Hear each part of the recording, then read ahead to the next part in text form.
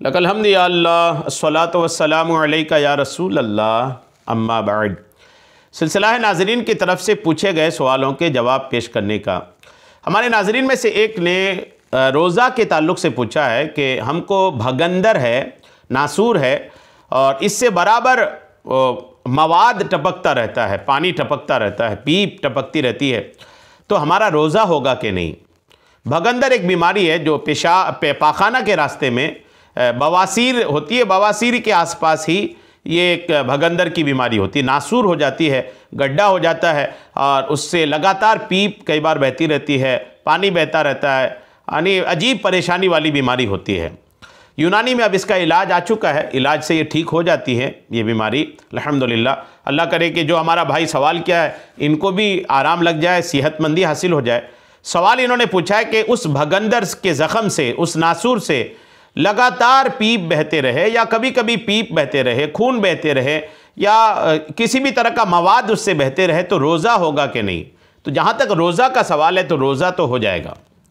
कोई चीज़ निकलने से रोज़ा नहीं टूटता, जैसे खून बदन में कहीं और किसी जगह से निकले तो रोज़ा नहीं टूटता, वैसे ही अगर भगंदर से पीप बह रही है, मवाद बह रहा है, खून बह रहा है, पानी बह रहा है, तो उससे रोज़े पर कोई फ़र्क नहीं पड़ता, रोज़ा हो जाएगा।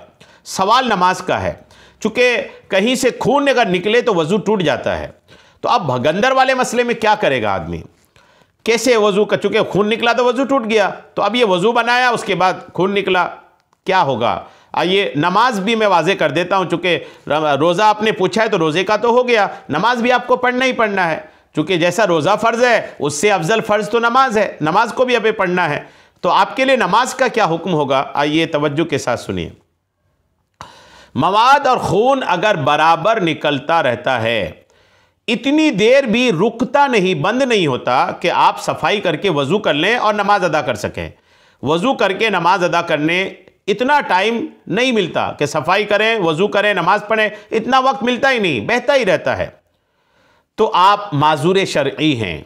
माज़ूर शरई का मतलब ये होता है कि आप एक मरतबा वज़ू करके जिस वक्त आपने वज़ू किया उस वक्त आप नमाज पढ़ते रहेंगे, भले खून बहता रहे, आपका वज़ू नहीं टूटेगा, आपकी नमाज हो जाएगी।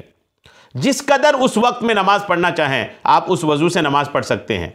भगंदर के मवाद की वजह से वज़ू नहीं टूटेगा आपका। हाँ, कोई दूसरी वजह हो जाए, पेशाब कर लिया, पाखाना कर लिया, हवा खारिज हो गई, तब तो वज़ू टूट जाएगा। लेकिन भगंदर के खून की वजह से, भगंदर के मवाद की वजह से वक्त के अंदर वज़ू नहीं टूटेगा। हाँ, जैसे वक्त निकल जाएगा, वक्त निकला आपका वज़ू टूट गया, वक्त निकल जाने से वज़ू टूट जाएगा। जैसे ज़ोहर की नमाज के लिए आपने वज़ू बनाया था, तो जब तक ज़ोहर का वक्त है भगंदर की वजह से वज़ू नहीं टूटेगा। हाँ, जैसे ही ज़ोहर का वक्त ख़त्म हुआ आपका वज़ू खुद ब खुद टूट जाएगा। असर के लिए आपको नया वज़ू बनाना पड़ेगा, यानी एक वक्त की नमाज का वज़ू बनाकर उस वक्त में जितनी नमाज पढ़नी चाहें आप पढ़ सकते हैं। वो वक्त निकल गया तो आप दूसरी नमाज के वक्त के लिए आपको नया वज़ू बनाना पड़ेगा। ये इसका मसला है। उम्मीद है बात आपको समझ में आ गई होगी। अल्लाह करीम हम सबको शरीअत के तमाम मसाइल सीखने, समझने और उस पर अमल की तौफ़ीक़ अता फ़रमाए। आमीन। बिजाहिन नबील अमीन सल्लल्लाहु तआला अलैहि वसल्लम।